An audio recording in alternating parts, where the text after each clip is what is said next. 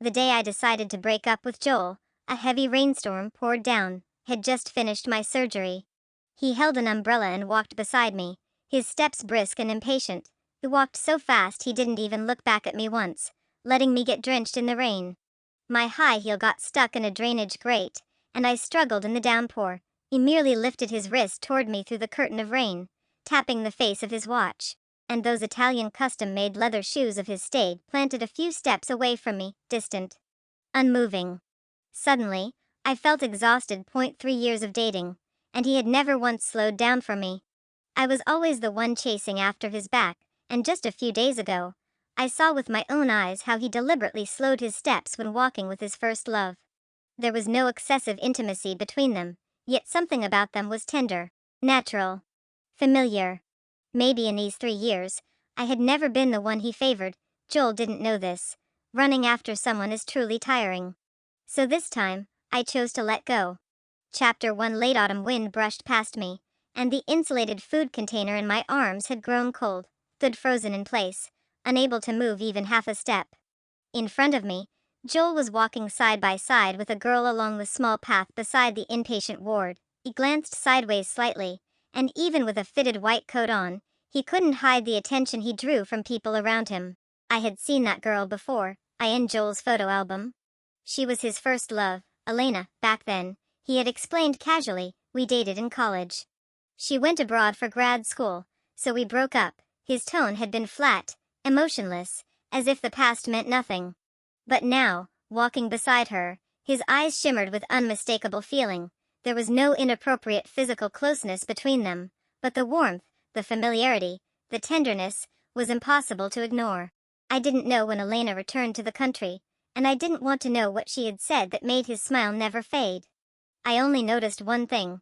Joel slowed his steps to match hers. Joel was tall, and his natural pace was fast. Whenever I walked with him, he would stride ahead alone. He didn't hold my hand. He never waited for me. Yet now, he was watching Elena's face flush slightly from being out of breath, and he adjusted his pace to a gentle rhythm that matched hers. He was waiting for her. A fine, subtle ache spread across my chest. Over the past 3 years, I had asked him more than once to slow down for me, had always been indifferent, never caring about my feelings, never considering my thoughts. He would pinch the bridge of his nose and sigh impatiently, Nicole, can you stop being unreasonable? Just because I walk fast, that means I don't love you. If you insist on thinking like this, there's nothing I can do. Every argument ended the same way, him blaming me for overthinking, and the matter brushed aside, and I had believed his dismissive explanations. I had lied to myself for 3 whole years. Now, every step he slowed for Elena felt like a slap across my face. Perhaps, in our 3-year relationship, I had never been the one he cherished. As they talked, Elena raised her hand and touched the watch on Joel's wrist, laughing softly. After all these years, you still kept it. The silver watch gleamed coldly. Joel never let me touch that watch, except when we were kissing in bed and caught up in the moment. Only then would he carefully remove it and place it on the nightstand. Any other time, it never left his wrist, but now, he allowed Elena to run her fingers across the scratches on its inner band. I took a deep breath and lifted my head, fighting back the tears. Joel finally noticed me from the corner of his eye. His expression froze. He frowned slightly when he saw the insulated container in my arms. Nicole, what are you doing here? Chapter 2. Inside the office, only Joel and I were present. Elena had already been sent away by him, an instinctive act of protection toward her. The window was open, and a cross breeze swept through. After crying, my eyes stung sharply when touched by the wind. After a brief silence, he turned around and exhaled softly. I'm colleagues with Elena now. Don't overthink it. I didn't say anything. The borscht you wanted is here. If there's nothing else, I'll leave first. A flicker of confusion crossed Joel's face. I wanted it? Didn't you specifically ask for it last night? Last night, out of nowhere, he asked me if I could make borscht.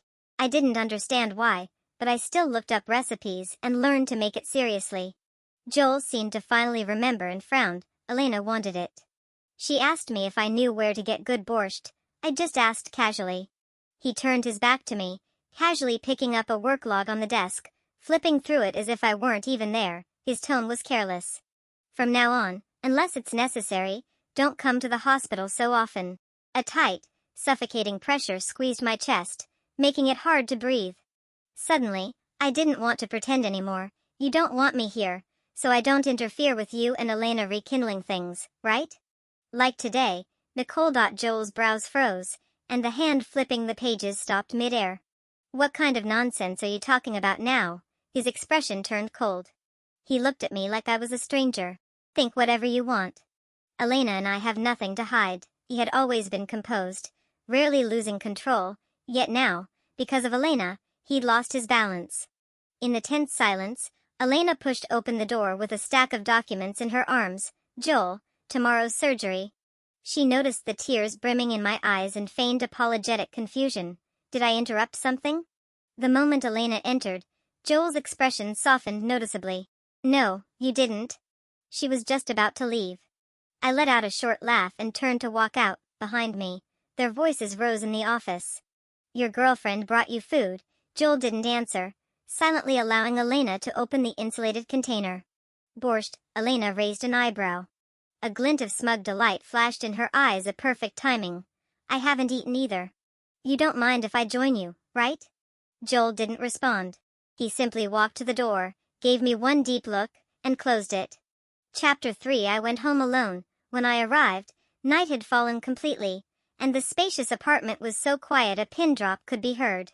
I stood by the window, and suddenly my phone rang. It was the birthday message my mother had recorded for me in advance. Nicole, today is your 27th birthday. Mom wishes you a happy birthday. If I'm counting correctly, you and Joel have been together for 3 years now. Are you two married? Are you happy? Mom won't be around anymore, so remember, you must always love yourself. My mother's warm voice echoed through the empty house. I pressed the button to stop the playback, and my nose grew sore. Joel and I had met through a blind date. At the time, my mother was in the late stages of cancer, regretting that she might never see me start a family. I didn't have the heart for romance. I just wanted to make Mom happy, to play along. When I first met Joel, his aloof and self-possessed demeanor convinced me that both of us were being forced into this farce. But to my surprise, after the meeting, Joel began courting me passionately, learned that my mother was sick and introduced me to good doctors, helped me understand confusing test results, and taught me how to massage her to ease her pain. Those long nights distorted by the smell of disinfectant slowly became bearable with his company. In my mother's final moments, he confessed his feelings to me, promising to treat me well for a lifetime. I cried and nodded, and through my tear-blurred vision, I missed the calm, almost emotionless look in his eyes, as if he were completing a task. Not long after we started dating, he suddenly began staying out at night and became colder and colder. That was when I learned about Elena, because Elena, who was far across the ocean, had started contacting him again. That night he couldn't sleep. He leaned against the balcony railing, the ember at his fingertips glowing and dimming. Then he posted a social media update visible only to Elena. I act tough, but I never said I didn't want to wait for you. Chapter 4. Joel returned home only in the latter half of the night, carrying the damp chill of the outdoors. The bedroom door was half open. I kept my eyes slightly closed, pretending to be asleep. He didn't remember my birthday. While pulling off his tie and tossing it carelessly on the floor, he held his phone and spoke to a friend. Think about it. Back then you and Elena were clearly in love, yet you insisted on breaking up. Now look, she's back, but you're about to get married. Her coming back this time is obviously because of you. What are you planning to do? He leaned against the sofa, the side of his face outlined coldly by the dim light. After a long silence, he finally spoke slowly. I don't want to trap her too early in the cage of marriage. She's a bird meant to fly. She should see the world before choosing where to land. As for Nicole, my breath caught. She's very dutiful. My parents have been hoping I'd start a family early, so I obliged them, went on blind dates, and found the obedient daughter-in-law they wanted. I'm already engaged to her. The rest of my life is nothing more than marrying her and having children. This act, I'll keep performing it. His voice was extremely calm, devoid of any emotion. Something inside me snapped cleanly. In the past, I would replay countless small details, trying to find proof that he loved me. Even if he never remembered my birthday, even if he never waited for me while walking, even if he rarely cared about my feelings, would still think of his steady shoulder during the hardest times, the warmth of his thumb brushing my tears, the messy kisses the night we got engaged, always making excuses, always finding reasons for him. But now, after all the overwhelming affection had faded, I finally had to admit, for him, so-called love was merely a reluctant performance, had never truly loved me. In this relationship, he remained composed, advancing and retreating with ease, and I kept running away, covering my ears, pretending I was happy. Chapter 5. That night, I developed a fever and slept poorly. When I woke in the morning, the space beside me was already empty. Joel was at the entryway fastening his tie, expression indifferent. The engagement ring he had removed lay discarded in a corner, glinting coldly. I suddenly remembered that he hadn't worn it for days. In the past, he would still wear the ring and coax me when I was upset.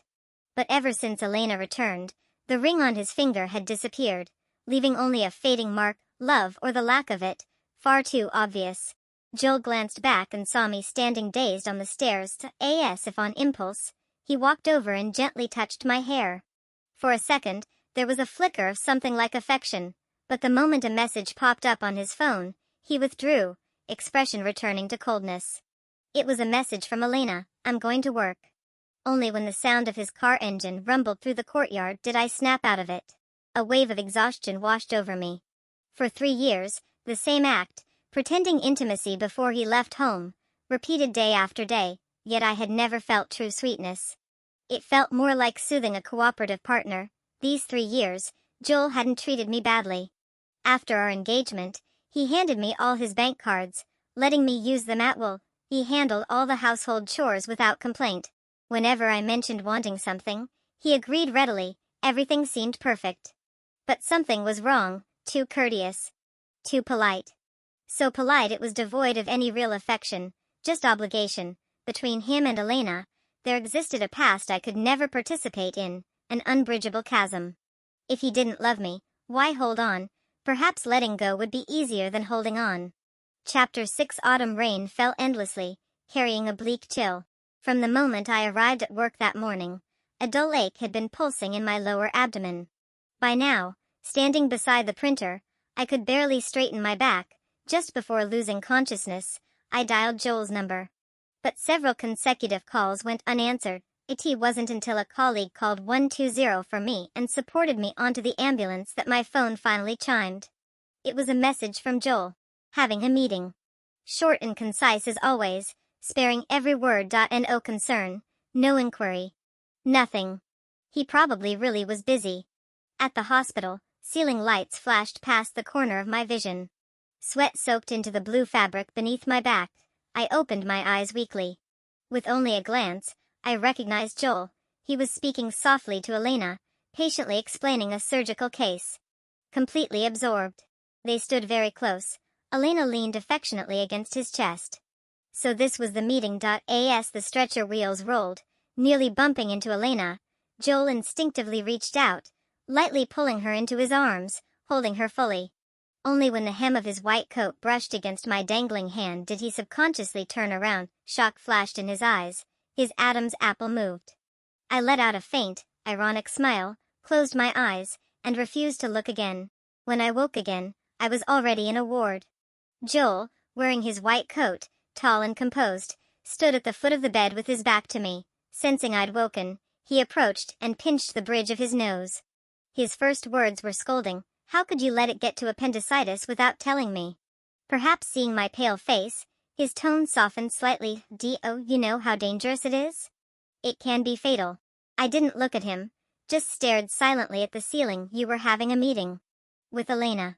The room fell silent for a brief second. Joel stiffened slightly, then shoved his hands into his pockets, expression darkening. "I'm not on the same path as Elena anymore. Nothing will happen between us." Displeasure and impatience seeped through his brows. "Nicole, constantly acting unreasonable like this is really tiring." Chapter 7. For several days in a row, Joel never showed up. A few days later, during rounds, it was Elena who came to examine me. She held a clipboard of medical records, the rose gold watch on her wrist chiming with a crisp metallic sound. It was the same couple's model Joel wore. "You're recovering well. You'll be able to discharge soon." She lowered her gaze to record the data. the pen scratching rhythmically across the paper. Joel drank too much at the gathering last night. I was the one who took him home. Such a shame. This morning's emergency meeting was also because I reminded him. My fingers, which had been searching for moving company contacts, paused. I looked up at her quietly. Being with Joel must be very blissful, right? She snapped the clipboard shut with a crisp sound. A subtle, proud smile curved on her lips. When we were together, he was so clingy and so caring. Back then, if I casually mentioned wanting some trendy cake, he'd wait in line all night to get it. If I had even the slightest fever or headache, he worried endlessly, practically dragging me to the hospital. Even when he drove, he had to hold my hand. Isn't it ridiculous? It was ridiculous. Joel had given Elena all the tenderness he possessed. He worried about her taking the subway. He nagged her for skipping meals. If he saw a beautiful view, he thought of taking her there, but for me, there was only endless indifference and perfunctory responses. Elena stood up, smiling down at me with open arrogance and triumph. Once a man gives all his love away, he won't love again. That's how love works, first come, first served. Nicole, you'll just have to accept that. Chapter 8. On the day I was discharged from the hospital, it started raining, and Joel was the one who came to pick me up. His car was parked in the outdoor lot. He stood under the eaves holding an umbrella, waiting for me. When I walked closer, he reached out, trying to take the bag from my hand, but I avoided him. For a brief second, his expression froze, his thin lips pressed into a straight line. His Adam's apple moved several times before he finally spoke. A few days ago, the Provincial Bureau suddenly reassigned an expert team. I wasn't at the hospital. The umbrella suddenly tilted, and the curtain of rain cast a shadow over his eyes. I replied with a faint pulling my coat tighter around me. I didn't ask about the night he got drunk or the fact that Elena was the one who took him home. At this point, he didn't want to talk about it, and I no longer had the desire to ask. Seeing me stay silent, the veins on the back of Joel's hand bulged as he gripped the umbrella handle. Do you really have to make a scene now? I ignored him, too tired to respond. Let's go. Joel walked as fast as he always did, rushing ahead, without caring how hard it was for me to keep up behind him. I gradually fell behind. Rain quickly soaked through my clothes, coldness seeping into my bones. Joel still didn't notice my struggle, his steps only grew faster and faster. Suddenly, I remembered the scene of him walking with Elena that day, how he had deliberately slowed his pace for her, step by step, each one falling hard on my heart.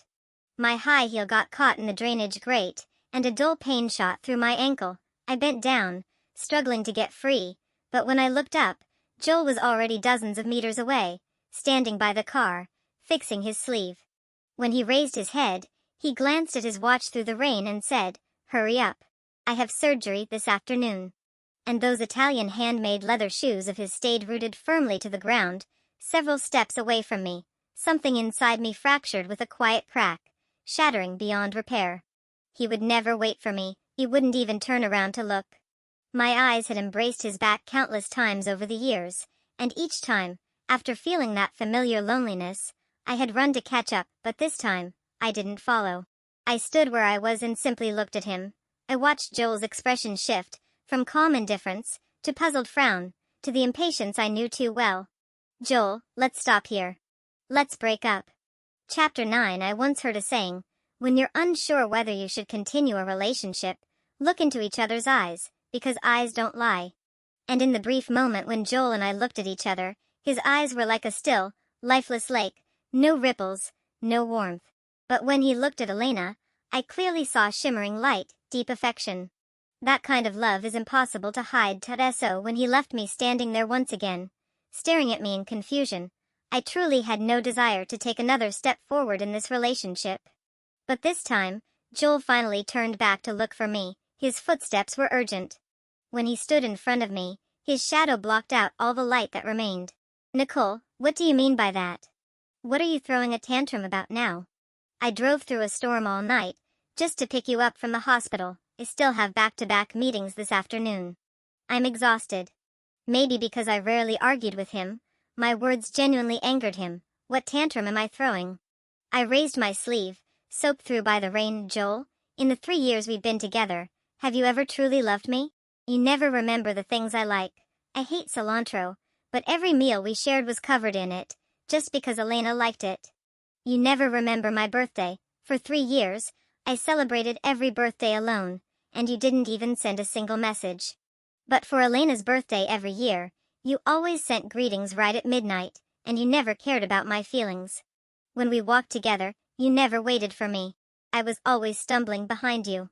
Even today, right after my surgery, and in the pouring rain, you still didn't turn back once through the rain.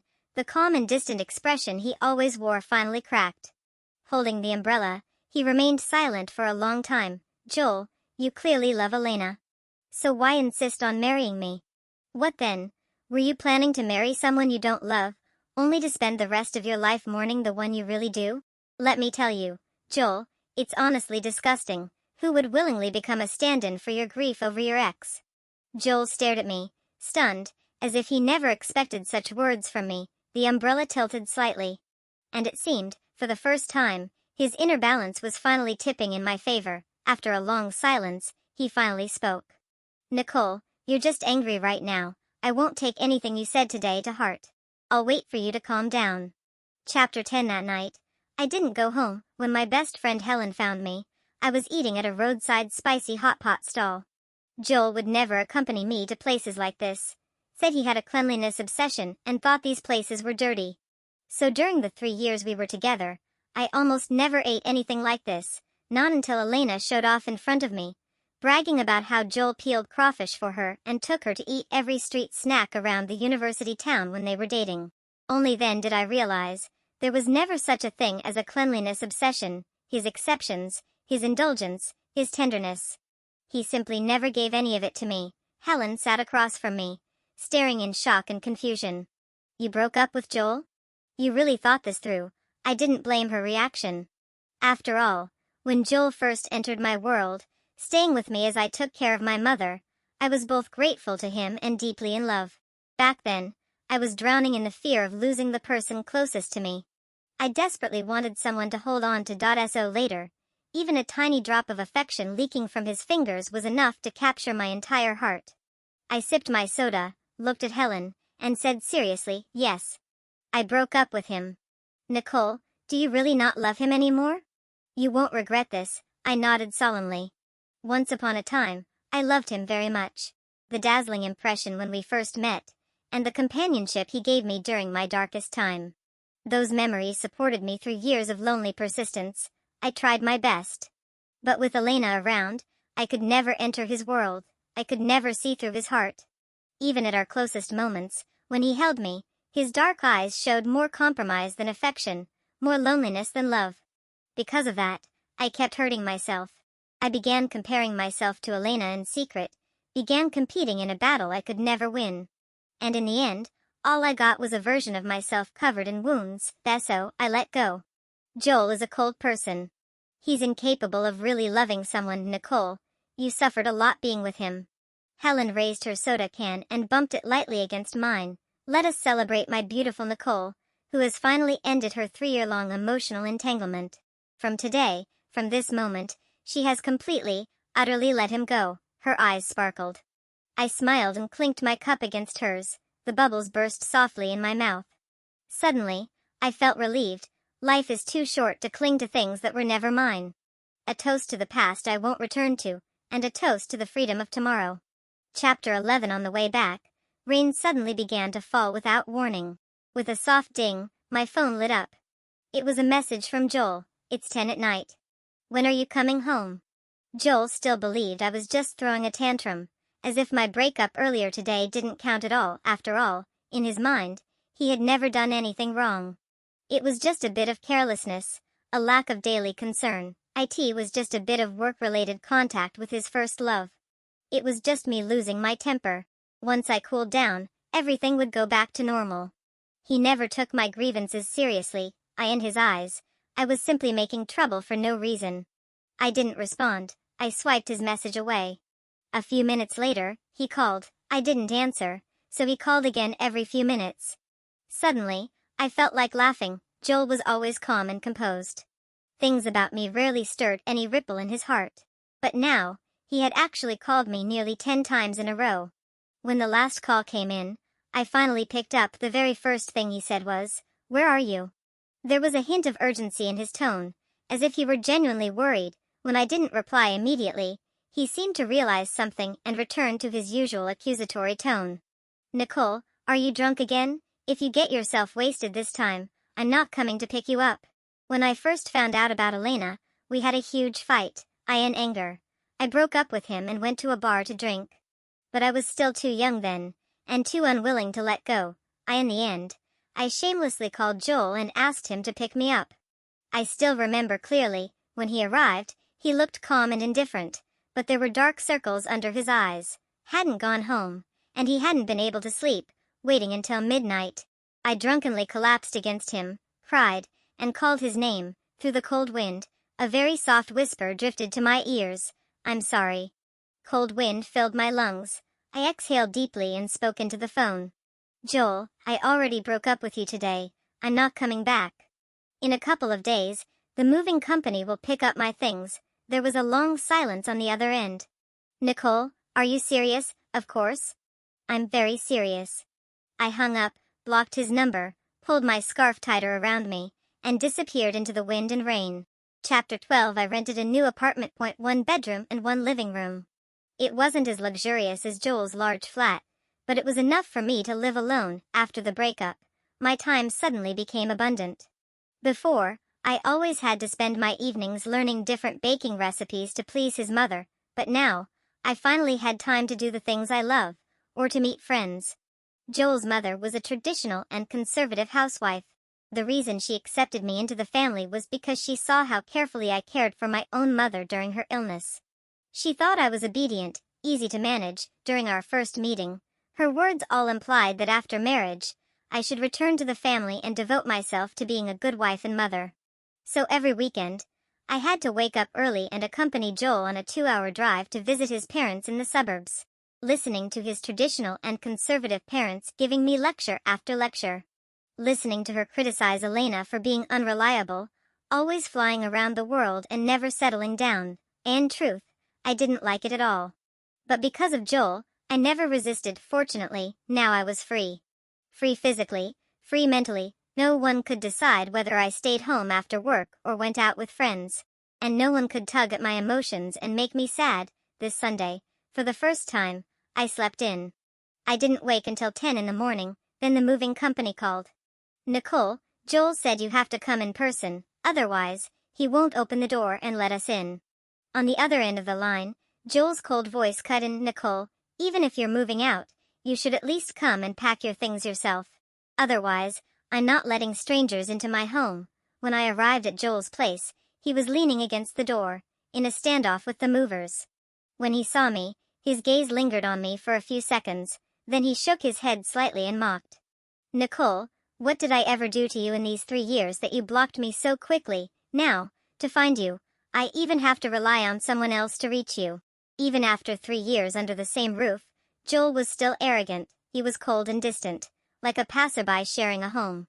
Even now, he still refused to lower that high head of his. "If you're only going to say these things, Joel, then we really have no need to talk." I walked past him and entered the house, signaling the movers to come in. Joel pressed his lips together and didn't speak again, but his eyes never left me.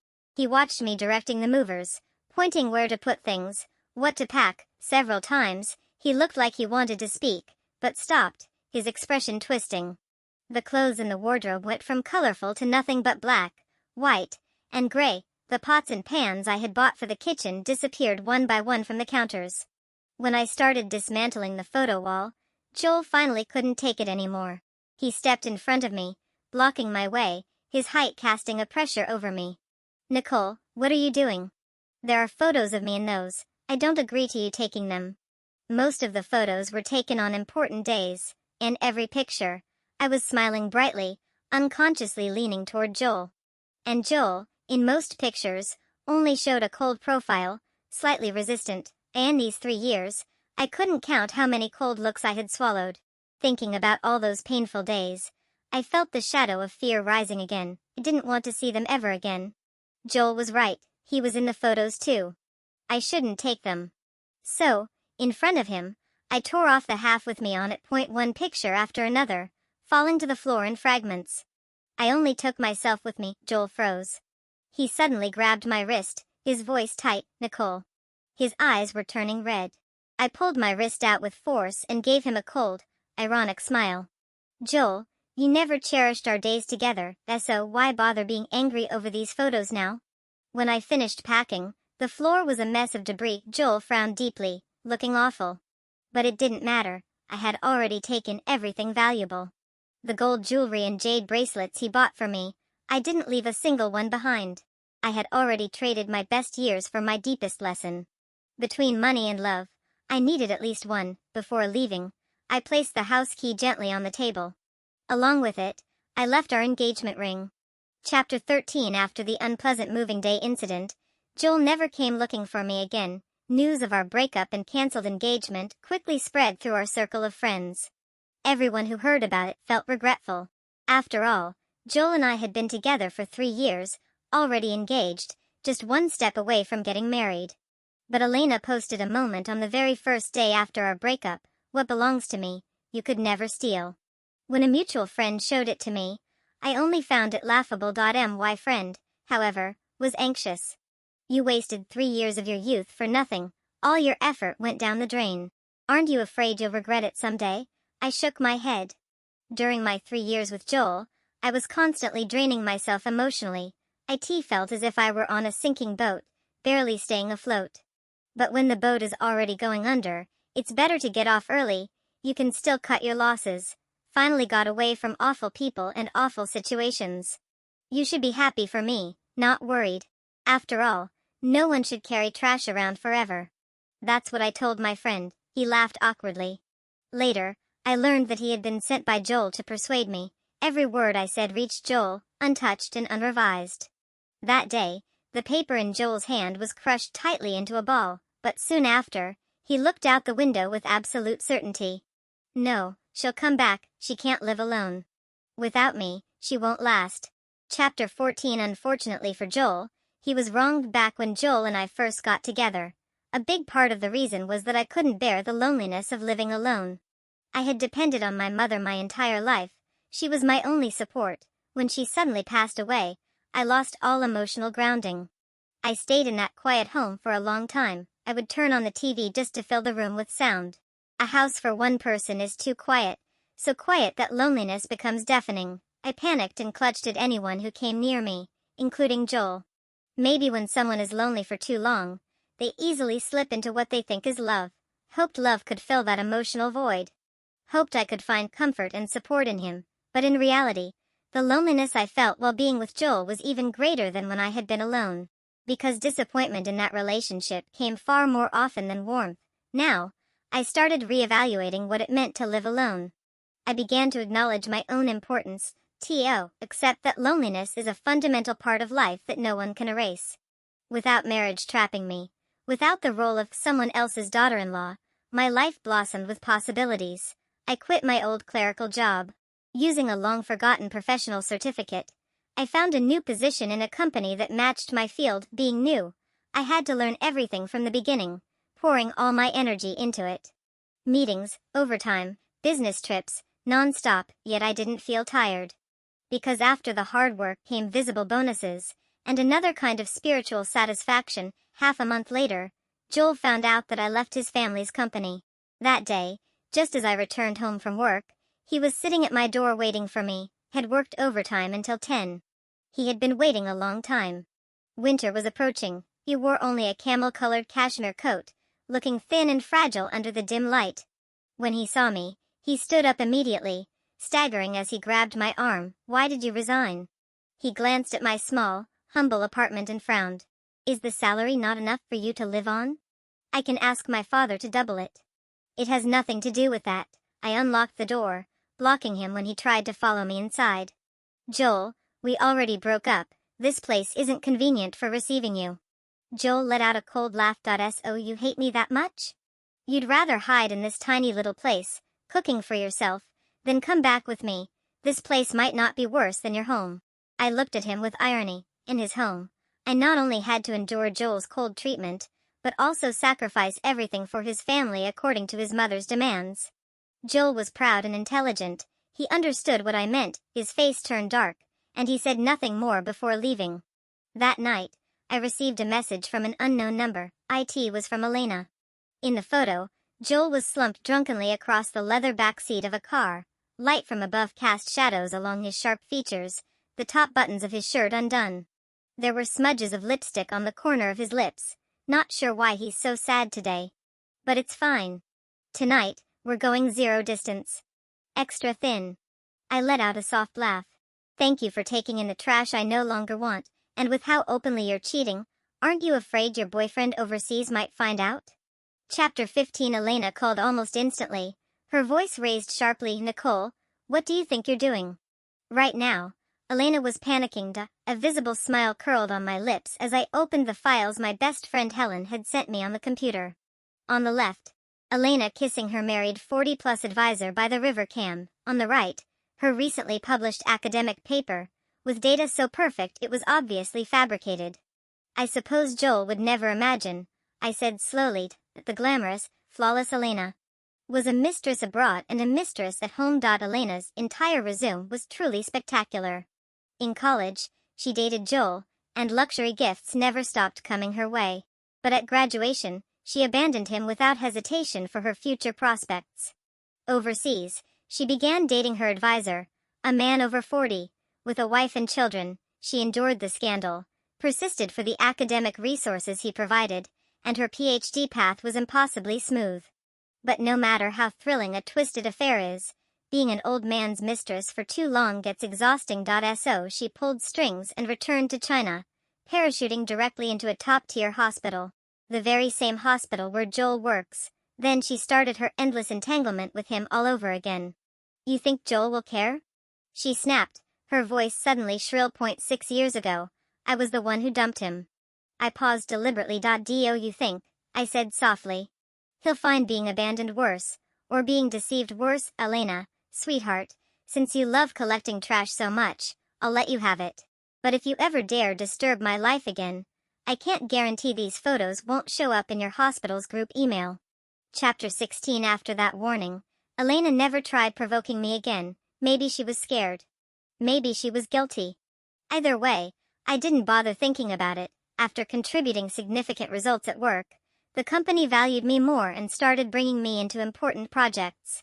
Late one night, after a round of endless toasts at a business dinner, I walked with a senior colleague to help send the last client into his car. When everything settled, the night wind left only me standing there, holding a bouquet of fresh, vibrant red roses. I rubbed my sore ankle and turned to head home. A familiar Audi R8 approached from a distance and stopped right in front of me.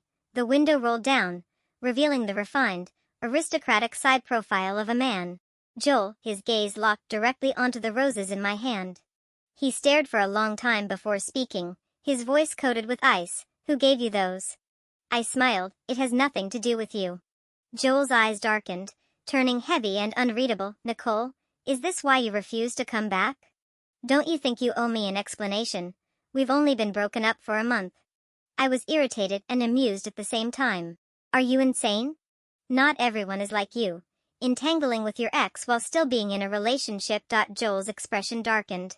He unbuckled his seatbelt, stepped out, and grabbed my wrist, his brows furrowed tightly. Nicole, I never crossed any lines with Elena. After we broke up, nothing happened between us. I never cheated. I always considered you my fiancé. I let out a short, incredulous laugh. Never crossed any lines. Joel, do you think I'm stupid? Those intimate moments in the hospital were nothing. 2 drunken nights spent with Elena mean nothing. During the 3 years we were together, you gave me no care, no warmth, only cold professionalism, and now you pretend you always treated me like your fiancé? Isn't that ridiculous? Joel stiffened, his eyes dimming. At last, he softened his tone. Elena means nothing to me now. I haven't liked her for a long time, and there's no lingering attachment. But whatever the truth is, I hurt you. I can't deny that. For that, I'm sorry. His expression darkened. It was the first time he had ever sincerely apologized to me, and the man who once stood so tall now bowed his head, looking utterly defeated. As for what you said about my lack of care, your birthday, your preferences, I didn't remember. That was my fault. Not waiting for you and walking, also my fault, but Nicole, back then I didn't know how to love someone. I disappointed you. Now I know, now I understand how to love you. Nicole, come back, okay? That home can't exist without you. You lived together for 3 years. How can you just walk away? He held my shoulders, looking up at me with reddened eyes. It was the first time I ever saw Joel cry. Such a proud man, reduced to such a defeated expression. Even the buttons on his shirt were mismatched. For Joel, that was a monumental mistake. How ironic. When I was chasing him, giving him everything, he watched coldly from afar, but now that I've left, he regrets it. Too late, I pushed him away forcefully. Joel, I worked so hard to move forward, I'm not going back. Chapter 17. After that, I didn't see Joel for quite some time. I only heard from acquaintances that he had been quite depressed lately. He often showed up at work reeking of alcohol. After work, no one could convince him to go out. He just stayed home alone, suffocating in silence. Nicole, ever since you two broke up, Joel hasn't been able to move on. He still has deep feelings for you. He really cares about you. I found it laughable. People with a clear conscience always move on quickly after a breakup. Only those who owed something in the relationship, only they sink deeper and deeper into regret, unable to let go. That isn't affection. That's just the behavior of a scumbag. As for this so-called caring they spoke of. Maybe it existed only in Joel's empty words. If he truly cared, how could he ignore my lowest moments and let my grievances drown me? If he truly cared, how could he walk ahead with long strides while I had to jog behind him? If he truly cared, how could he never once notice whether I was tired, whether my shoes were hurting, whether I could keep up? But before Joel had time to stay depressed for long, Elena's mistress scandal finally exploded. That day, Elena's affair with her advisor overseas, and her ambiguous involvement with Joel back home, made the trending searches. In just 2 hours, the entire internet was in an uproar. Being one man's mistress today and climbing into another man's bed tomorrow? Does she just love being the other woman? Trash man, trash woman, if she's a mistress, of course she has no shame. She's used to hearing nasty things. That male doctor is gross too. Completely blind, in an instant, Elena and Joel were dragged into a public storm. After the chaos, the advisor who cheated on his wife had his teaching license revoked and was let go. Elena was investigated by her school, had her degree revoked, her internship terminated, and was expelled from the hospital. Joel, smeared by public opinion, had no choice but to resign. After the dust settled, Helen came running to me.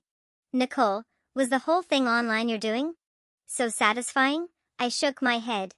Nicole, you're still too soft-hearted, she huffed. These two are disgusting. Especially Elena, seducing men and provoking you to your face. Why leave them any escape route? I smiled lightly. I didn't lead the online mob, but I did send Elena and her advisor's photos to his wife. She has the right to know the truth. Gentleness is my foundation, but sharpness is my stance. I knew from the beginning that my power alone wasn't enough to stir any major waves. After all, I had been a simple clerk in Joel's family company for 3 years, without connections. Any article I posted might have been suppressed instantly, but the advisor's wife was different. Her family background was powerful. She herself was a respected academic with strong connections, and when faced with her husband's betrayal, she would never be merciful. Chapter 18. Half a year later, thanks to outstanding performance, I was promoted to manager and was about to be transferred to another city. On the day I was leaving, the sky was perfectly clear. Joel, whom I hadn't seen for months, suddenly appeared at my door. After half a year, he looked much more worn down. What are you doing here? His gaze dropped to the suitcase in my hand, a bitter smile spreading across his face. I heard you were leaving. I came to see you off. He reached for my suitcase, trying to take it from me. I politely stepped back. I can handle it myself. Disappointment flashed clearly across his face. He stepped to my side again, walking next to me. Just like a long, long time ago, only this time, he finally remembered to slow down, as if deliberately matching my pace. But now, I sped up on purpose, moving ahead of him, leaving him standing there stunned. I turned back and waved at him. That's far enough. Goodbye. I no longer cling to being loved. I no longer rely on someone else to ease my loneliness. I no longer fear losing anyone, and I certainly no longer care whether he waits for me. I don't need a man to slow his steps for me, because I will walk faster, move forward on my own, and go meet my own mountains.